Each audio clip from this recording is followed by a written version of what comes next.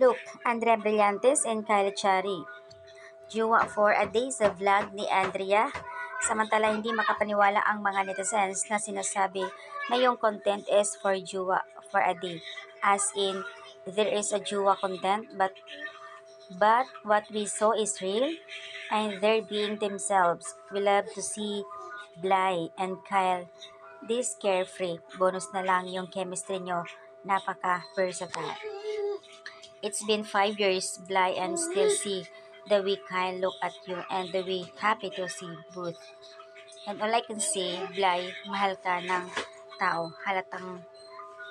Halatang talagang kayo ni Kyle since noon pa talaga. Marami ang kinilig sa kanila, lalo na nung binitbit ni Kyle ang heels ni Andrea Brillantes dahil sumakit ang paa at binilihan pa siya ng shoes. I know I'm full for this, but honestly, kinilig ako sa kanila. Ma-feel mo talaga yung genuinely sincere and care ni Kyle kay Andrea. And he's so gentleman. Noon pa naman talaga nung mag-best friend pa sila, kuno. But now, hindi na best friend sila, I think. Totoo na itong vlog na Jowa for a Day. Kung mapapansin niyo po sa vlog ni Andrea na may tawag siya, babe, nadulas. The sign Kyle gave din the called me. Content kilig when Bly said, kahit anong gagawin mo, mahal ko.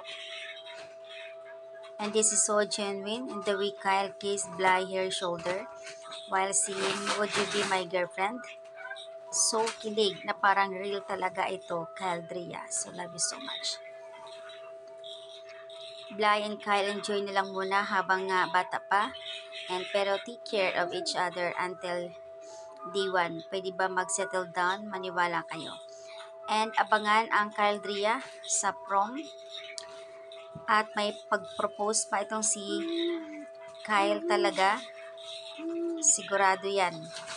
And this is the first time na mapanood sila sa prom. Kung matatandaan po na ang partner ni Andrea Brillantes sa prom ay si Richie pa noon. So, and now, ayan, si Kyle na. Never, sabi na isang netizens, never ako naging fans ng Love Team, pero ito, oh my God, makikita ko lang talaga gaano ko ka-genuine, Kyle. Ang swerte na magiging girlfriend mo. Hoping si Andrea iyon.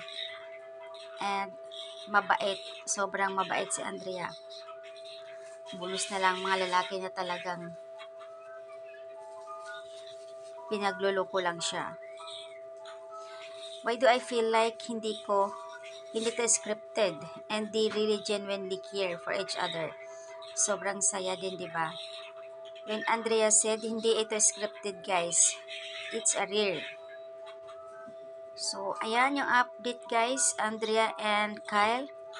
Nakakatuwa naman. Sobrang mahal na nga nila ang isa't isa. In fairness naman, after